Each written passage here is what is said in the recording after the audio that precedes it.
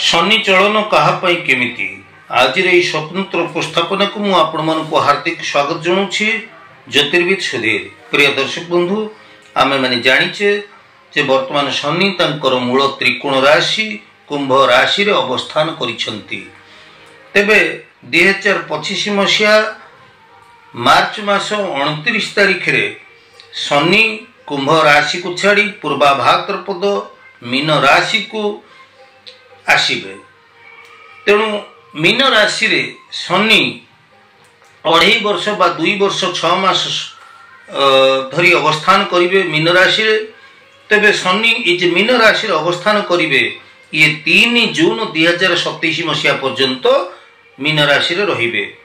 तेणु ये 2.5 वर्ष बा 2 वर्ष 6 मास रो समय सीमा रही शनिकर यह केतक राशि उपरे शनि 7.5 प्रभाव पड़े को जाउछि, केतक राशि उपरे शनि सप्ताह प्रभाव पड़े को जाउछि, पुणी केतक राशि रु शनि 7.5 बा शनि सप्ताह प्रभाव हटि जीवक जाउछि।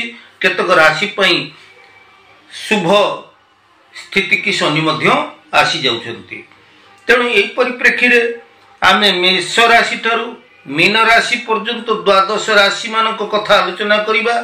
केउ राशि पई शनि केमिति फल प्रदान करिवे।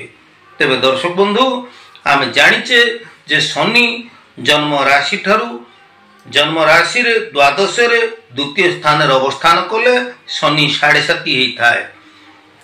ठीक सेमती शनि निज राशि ठारू सप्तम अष्टम नवम भाव रहिले शनि सप्ताह बोली करी आमे ताकू कहि थाउ।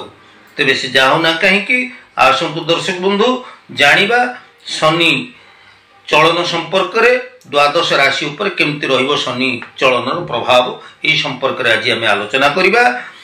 तेबे शनि गोटे क्रूर ग्रह ग्रह जगतर अत्यंत प्रभावशाली ग्रह होचंती शनि। शनि को ना सुनिले लोक माने भयभीत हो जाती, भीतत्रस्त हो जाती जे मो राशि की शनि खराब आसिलेनी। शनि निश्चित भाव में मो राशि पई अनिष्ट करिवे बा कष्ट फल प्रदान करिवे। शनि पई ए प्रकार भाविबा आदौ ठीक नुहे। शनि जो राशि पई शुभ हे आसुचंती सेमाने मध्य आनंद रे बा निजको प्रफुल्लित मन करबा मध्य उचित नुहे। काहे कि नुहे महाभारत दान धर्म पर्व रे कहा जाउछि जे केवल ग्रह नक्षत्र न कुर्ति शुभाशुभम सर्वमात्मा कर्मं ग्रहवादो लोकाइति। अर्थात ग्रह माने निचर कर्म द्वारा आम को ग्रह आमर फल प्रदान आमर कर्म को लेकर ग्रह आमको फल प्रदान करिथांती। ग्रह माने शुभाशुभ फल प्रदान करती नहीं बरं आमर कर्म को लेकिन से शुभाशुभ फल प्रदान करती। ताले आमर जदि कर्म भल रहिबो नहीं आपण कहतु जदि शनि आपणकर राशि रे भल अछंती आपण जदि कर्म ठीक न करूचंती आपण जदि खराब कर्म करूचंती असत कर्म करूचंती ताले शनि कठर शुभ फल आपण केमिति पाइबे, केमिति आशा रखुचंती शुभ फल पाइबे बोली। आ जदि आपणकर शनि खराब अछंती जदि आपण निष्ठापर कर्म करूचंती सत्कर्म करूचंती एवं आपण सदाचार रहउचंती ताहले शनि अशुभ थिले मध्य शनि आपनको शुभ फल प्रदान करिवे। कारण शनि होचंती न्यायर देवता, शनि होचंती ग्रह जगतर गोटे न्याय प्रदानकारी ग्रह जे कि आमर कर्मर यथार्थ मूल्य से आमको प्रदान करिथांती। ताले आसंतु आ डेरी करिबानी जानिबा मेष राशि ठारू मीन राशि पर्यंत द्वादश राशि पर शनिकर प्रभाव संपर्क रे आलोचना करिबा आमे। तेबे दर्शक बंधु जदि मोर वीडियो आपण मन को भलो लागे ताले ज्योतिष वास्तु एवं धर्म विषय को मोर এই ऐतिहासिक चैनल को नुआ करी विजिट करथिला आपण निश्चित भाव रे सब्सक्राइब टे करबे, लाइक करबे एवं आपण मानकर प्रिय परिजन पई मोर वीडियो को बहुल परिमाण रे शेयर करबे। आसंतु जानिबा मेष राशि रे कथा। मेष राशि की द्वादश भाव को शनि आसीबे। तेणु शनि 7.5 रो प्रभाव आपण को लागिबो। तेणु शनि 7.5 रो प्रभाव रे आपण प्रभावित होबक जाउचंती। 2.5 वर्ष पई मु आपण को सूचना देबक चाहूची, आपण को सचेतन कर देबक चाहूची। शनि 7.5 रो प्रभाव आपण को पई केमिति शुभ अशुभ परिणाम आनी दउची। देखंतु आपणकर दीर्घ दिन रथिबा आशा आकांक्षा महत आकांक्षा सब किछि पूर्ण हे परिबो। भूमि संपत्ति वाहन आदि आपण क्रय करि परिबे। शिक्षार्थी माने शिक्षा क्षेत्र रे निश्चित शुभ फल प्राप्त हेबे।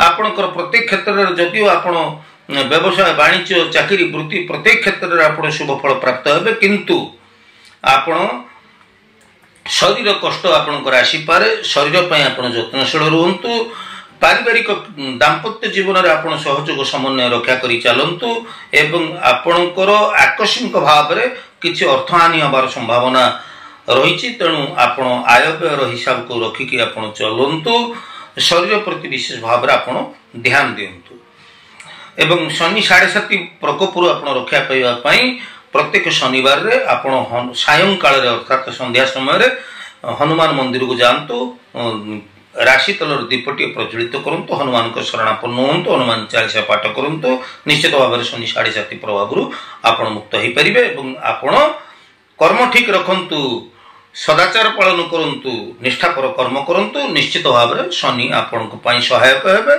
एवं शनि को द्वारा आपण बहुत किछि उपकृत हो पारे परवर्ती राशि वृष राशि एकादश भाव को बृहस्पति शनि आसीजे तेणु वृष राशि को जिते एकादश भाव को शनि आसीजे तेणु आपणकर विशेष भाव में धन वृद्धि हबार सूचना मिलूची विभिन्न सूत्रु आपणकर वाणिज्य व्यवसाय चाकरी वृत्ति क्षेत्र में प्रमोशन हवा वाणिज्य व्यवसाय क्षेत्र को नुआ कर आगे नवा शिक्षार्थी माने शुभ फल प्राप्त हवा जान वाहन भूमि संपत्ति बहुत दिन आशा आकांक्षा आपणकर पूर्ण हवा एवं अविवाहित पुत्र कन्या माने विवाह बंधन रे बांधी हवा एवं प्रेम प्रसंग रे शुभ परिणाम पाइबा भली अनेक शुभ मांगलिक कर्म उत्सव रे संपूर्ति हवा एभली अनेक शुभ फल आपण प्राप्त हवा को जाउचंती तबे वृष राशि व्यक्ति विशेष निश्चित भाव में आपणकर धन वृद्धि पाई धन मार्ग विभिन्न सूत्र आपणकर खोला रहिबो धन वृद्धि पाई आपणक पाई शनि निश्चित भाव में शुभ फल प्रदान कर परवर्ती राशि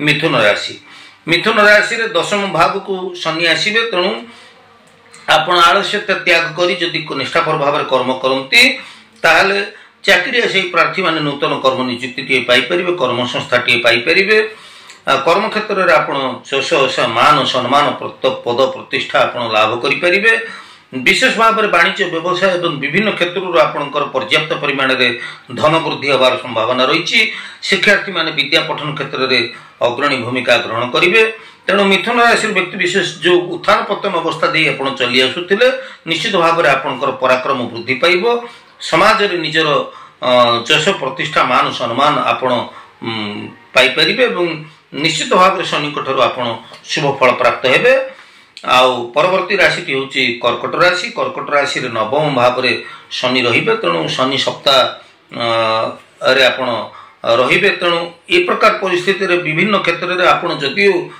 सफलता हासिल करिवे वाणिज्य व्यवसाय चाकरी वृत्ति शिक्षा स्वास्थ्य संतान हेतु को विभिन्न क्षेत्र में जदियो आपण शुभ फल प्राप्त हेबे भूमि भवन वाहन आदि मध्य प्राप्त होगा भल सुजोग आपको मिलिबो तेबे आकस्मिक भाव में अर्थहानि हबार संभावना रोचे आपणकर कुटुंब रे परिवार रे आत्मीय स्वजन भितर मतभेद मत पार्थक्य कुटुंब रे अशांति सृष्टि हबार संभावना रोचे वृथार अपवाद पाइबार मध्य संभावना रोचे आ भूमि संबंधी वाद विवाद मध्य उत्पन्न हबार संभावना बलवत्तर रोचे से आपण यही सब बाबद सतर्क रुहतु एवं शनि ग्रह को अनुकूल अवस्था को आनिया पई आपण प्रत्येक शनिवार दिन आपण महावीर हनुमान को दर्शन करंतु हनुमान चालीसा पाठ करंतु निश्चित भाव में शनि आपणकर अनुकूल अवस्था रही परवर्ती राशि सिंह राशि शनि सप्ताह प्रभाव में आपण रहिबे तेबे विभिन्न क्षेत्र में जदियो आपण शुभ फल प्राप्त हेबे किंतु अर्थहानि अपवाद एवं परिवार रे बुझामणार अभाव हेतु को अशांति बा कलहपूर्ण वातावरण आपणकर देखा जाई पारे एथिपई आपण सतर्कता अवलंबन करिवे आ हां ग्रह शनि ग्रह को अनुकूल अवस्था को आनिया पई प्रत्येक शनिवार रे स्वास्थ्य पर विशेष जत्नशील होतु शनिवार रे आपण 5टी गोलमरीच सेवन करंतु बा खाद्य शामिल करंतु 5टी गोलमरीच एवं हनुमान शरणापन्न होतु प्रत्येक दिन स्नान पर सूर्य को नमस्कार करंतु परवर्ती राशि कन्या राशि सप्तम रे आपणकर शनि रहिबो शनि सप्ताह रे आपण प्रभावित रहउचंती तेणु भूमि संबंधी वाद विवाद आपणकर देखा जाई पारे कुटुंब रे परिवार रे अशांति उत्पन्न हेई पारे